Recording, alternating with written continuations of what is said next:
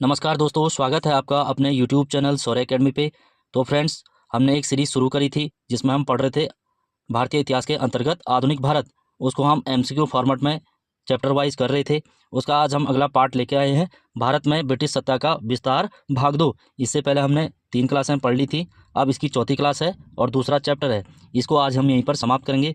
जिन्होंने अभी तक सब्सक्राइब नहीं किया है वो कर लीजिए, और इससे पहले की क्लास नहीं देखी है प्लेलिस्ट में जाकर देख सकते हैं।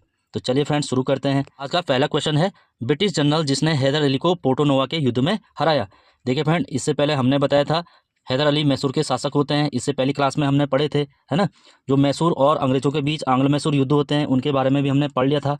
उनका हमने बताया था जो दूसरा आंग्ल मैसूर युद्ध होता है कब होता है, 1780 से लेकर 84 के मध्य होता है ना, जिस बीच हैदर अली की मृत्यु होती है और टीपू सुल्तान उनके जो पुत्र है उनको मैसूर का शासक घोषित किया जाता है। इसी युद्ध के दौरान 1781 में पोर्टो नोवा दक्षिण भारत के अंदर जो मैसूर साम्राज्य है उसके अंदर एक जगह है, वहाँ पर ये युद्ध लड़ा जाता है ना, जिसमें हमने बताया था ब्रिटिश गवर्नर है वारेन हेस्टिंग है, और जो सेना का नेतृत्व कर रहा है तो आयरकूट कर रहा है ना, जो हैदर अली को परास्त करता है। तो ऑप्शन बी सही उत्तर हो जाएगा, सर आयरकूट। और कब होता है पोर्टो नोवा का युद्ध, 1781 में, जो किसका भाग था, तो द्वितीय आंग्ल मैसूर युद्ध का भाग था। इसमें भी हमने बताया था, है ना, कि ये किस संधि के तहत समाप्त होता है। ये सारे हो गए थे, जिन्होंने नहीं देखा वो प्लेलिस्ट में जाकर इससे पिछली क्लास पढ़ सकता है।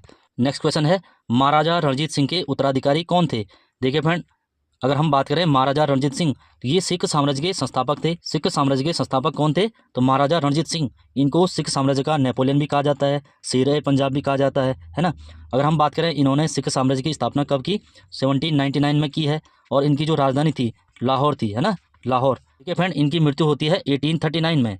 इनकी मृत्यु के बाद जो इनका उत्तराधिकारी और इनका पुत्र है वो कौन है, ऑप्शन बी खड़क सिंह या फिर महाराजा खड़क सिंह। ऑप्शन बी सही उत्तर हो जाएगा। देखिए फ्रेंड, अगर हम बात करें महाराजा दिलीप सिंह, ये सिख साम्राज्य के अंतिम शासक होते हैं जिनके समय 2 युद्ध लड़े जाते हैं जिनको नाम दिया गया है आंग्ल सिख युद्ध, है ना, आंग्ल सिख युद्ध इनके समय लड़े जाते हैं। दूसरे आंग्ल सिख युद्ध के दौरान जो लॉर्ड डलहौजी है वो इनको परास्त करके सिख साम्राज्य को अंग्रेजी साम्राज्य में मिला देते हैं। इसके बारे में हम आगे पढ़ेंगे।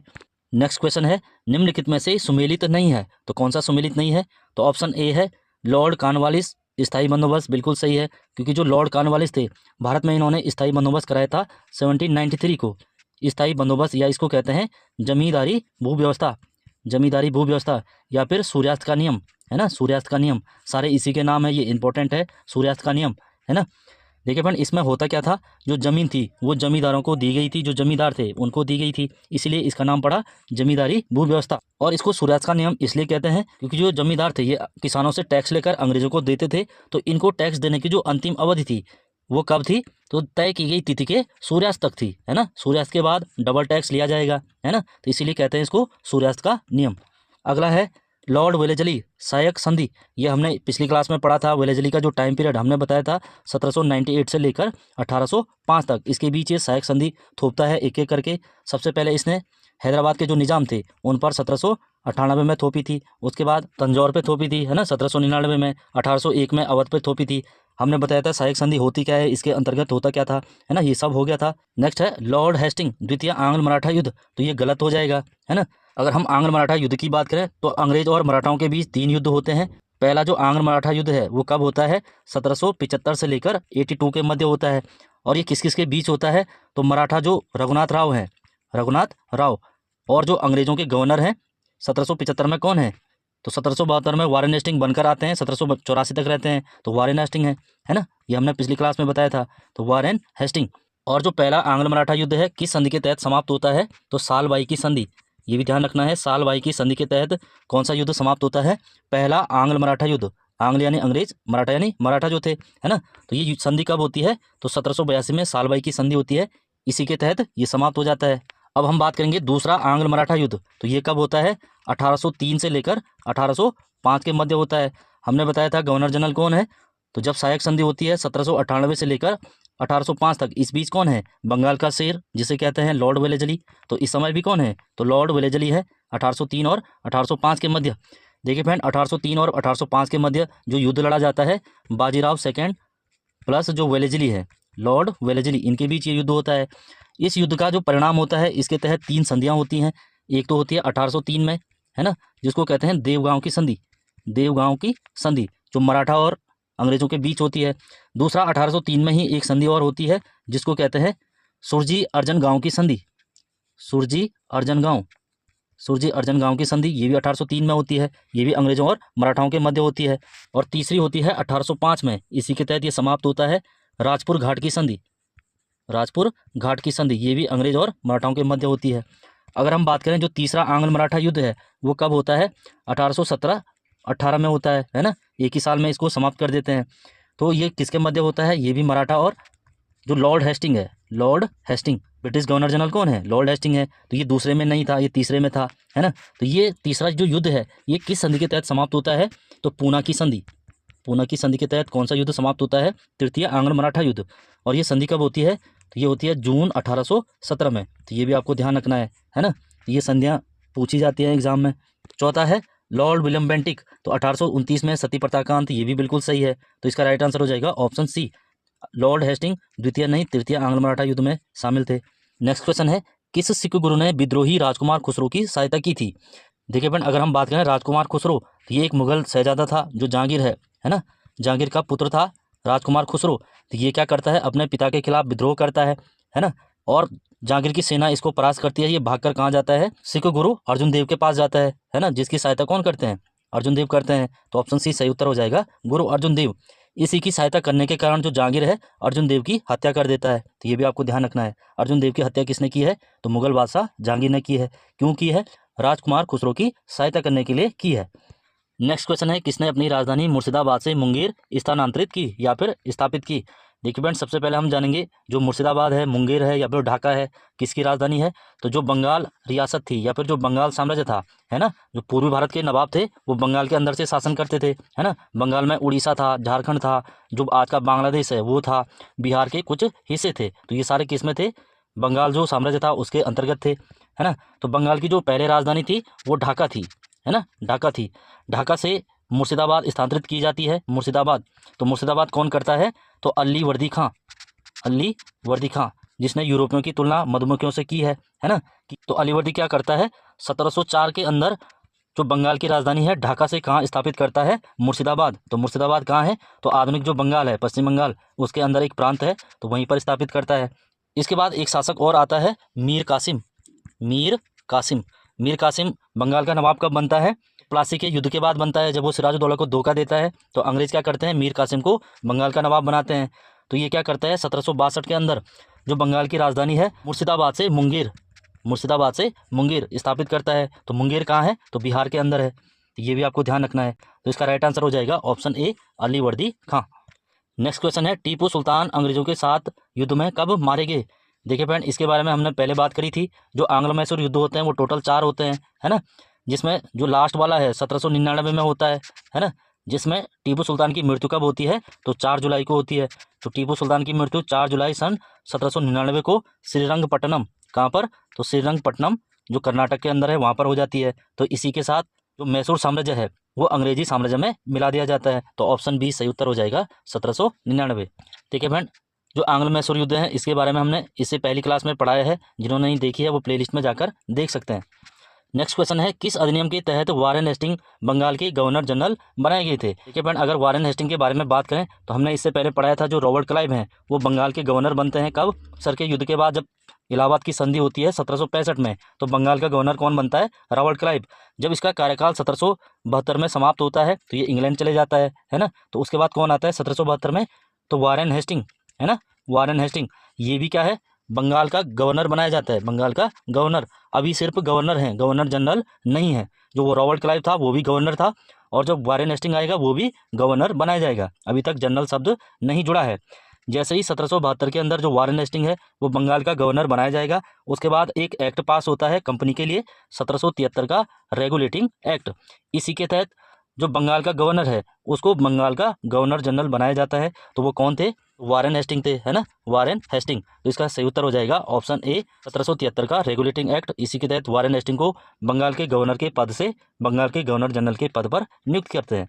अगर हम बात करें चार्टर एक्ट 1833, इसके तहत क्या होता है, जो बंगाल का गवर्नर जनरल है, अब तो जनरल बन गया है ना, तो जो बंगाल का गवर्नर जनरल है इसको अब भारत का गवर्नर जनरल बनाया जाता है, भारत का गवर्नर जनरल।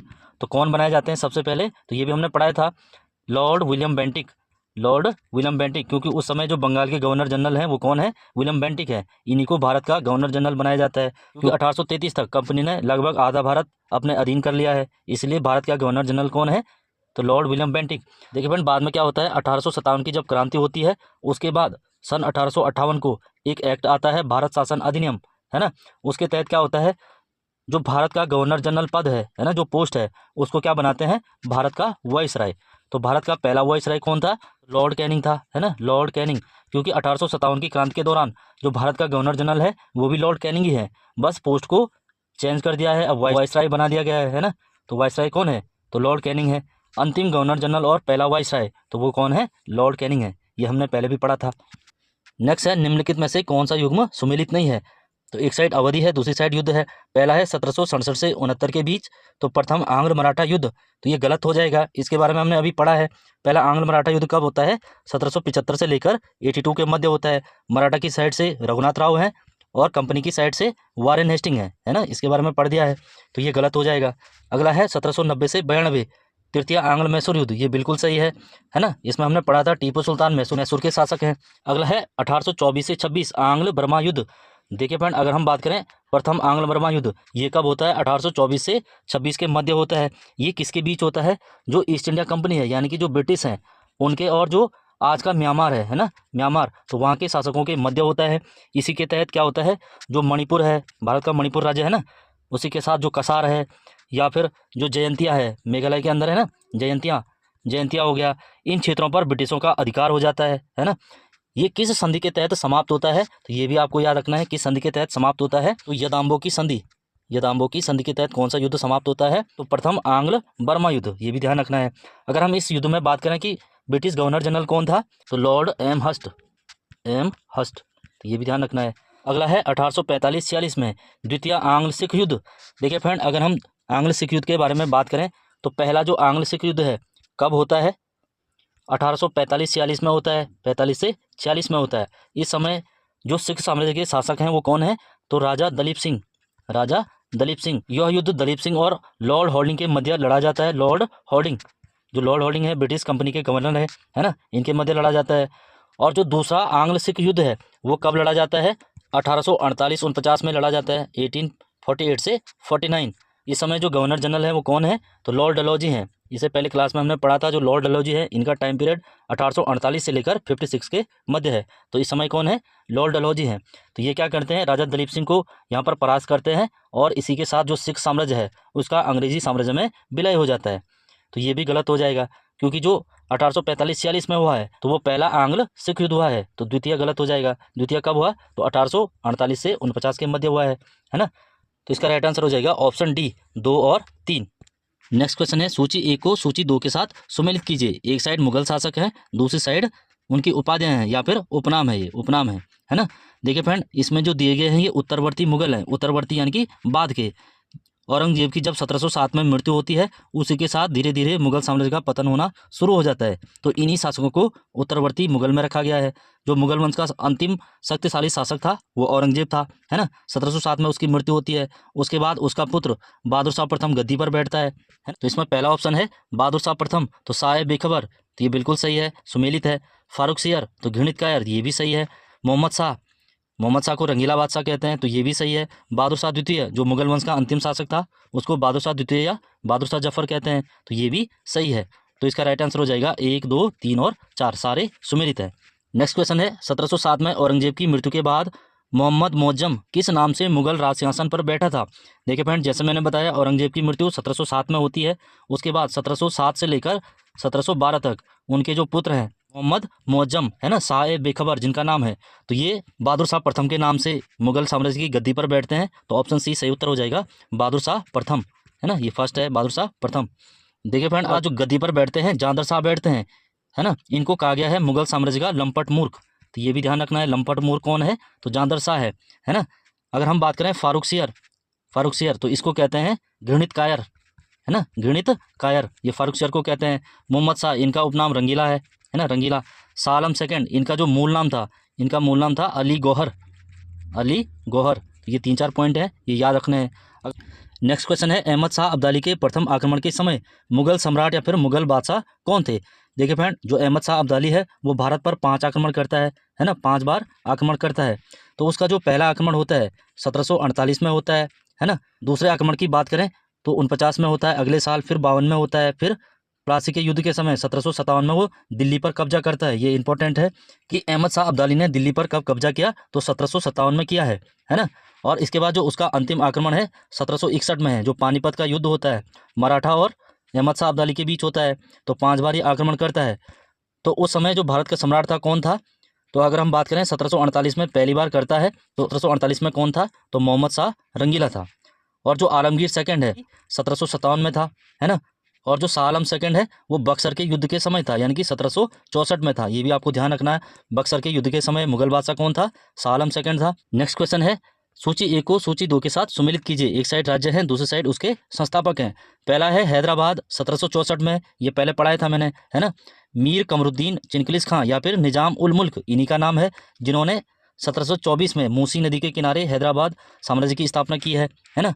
तो रुहेलखंड 1727 में अली मोहम्मद खां, ये भी सही है। भरतपुर, तो भरतपुर जो रियासत है 1740 में बदन सिंह और चूरामन, है ना, चूरामल या फिर चूरामन, बदन सिंह और चूरामन द्वारा 1740 में भरतपुर रियासत की स्थापना की जाती है। तो ये भी सही है। मैसूर की स्थापना 1761 में हैदर अली करते हैं, ये भी सही है। तो इसका राइट आंसर हो जाएगा ऑप्शन ए, 1 2 3 4। नेक्स्ट क्वेश्चन है, निम्न में से किसे जाटों का अफलातून या फिर प्लेटो ऑफ जेट्स एंड जाटों का आदरणीय विद्वान व्यक्ति कहा जाता है। तो ये किसे कहा जाता है, तो जो भरतपुर साम्राज्य का सबसे महान शासक हुआ है तो वो सूरजमल हुआ है, जिसने भरतपुर किले का निर्माण कराया है। तो ऑप्शन बी सही उत्तर हो जाएगा, सूरजमल। जबकि चूरामन और बदन सिंह ने भरतपुर रियासत की स्थापना की है। तो ये भी ध्यान रखना है। नेक्स्ट क्वेश्चन है, किसने मुर्शिदाबाद की स्थापना की तथा उसे ढाका के स्थान पर बंगाल की राजधानी बनाया है। तो ये हमने अभी पढ़ा है। तो किसने बनाया है, तो हमने कहा था सबसे पहले राजधानी कहाँ होती है बंगाल की, तो ढाका में होती है। ढाका के बाद 1704 में मुर्शिदाबाद की स्थापना की जाती है। तो कौन करता है, अली वर्दी खां, है ना। अली वर्दी खां मुर्शिदाबाद की स्थापना करता है और उसे अपनी राजधानी बनाता है। तो ऑप्शन सी सही उत्तर हो जाएगा, अली वर्दी खां, जिसने यूरोप की तुलना मधुमक्खी से की है ना। अगर हम बात करें मीर कासिम, तो मीर कासिम हमने बताया था 1762 के अंदर ये क्या करता है, मुर्शिदाबाद से राजधानी उठाकर मुंगेर जो बिहार में है तो वहाँ स्थापित करता है। तो बंगाल की 3 राजधानी थी, एक तो ढाका थी, दूसरी मुर्शिदाबाद थी, तीसरी मुंगेर थी। तो ये भी आपको ध्यान रखना है। अगर हम बात करें सिराजुद्दौला, तो ये प्लासी के युद्ध के दौरान बंगाल के नवाब थे। प्लासी का युद्ध कब होता है, 1757 में होता है ना। अंग्रेजी सेना का नेतृत्व कौन करता है, तो रॉबर्ट क्लाइव, जिसको कहते हैं स्वर्ग से उत्पन्न सेनापति, है ना। तो फ्रेंड्स इसको यहीं पर समाप्त करते हैं, मिलते हैं अगली क्लास में, इसको हम कंटिन्यू रखेंगे, है ना। एमसीक्यू के माध्यम से हम आधुनिक भारत का जो इतिहास है उसको पढ़ते हुए चलेंगे। तो फ्रेंड्स जिन्होंने अभी तक सब्सक्राइब नहीं किया है वो कर लीजिए, टेलीग्राम चैनल से जुड़कर इसकी PDF डाउनलोड कर सकते हैं। Thank you for watching.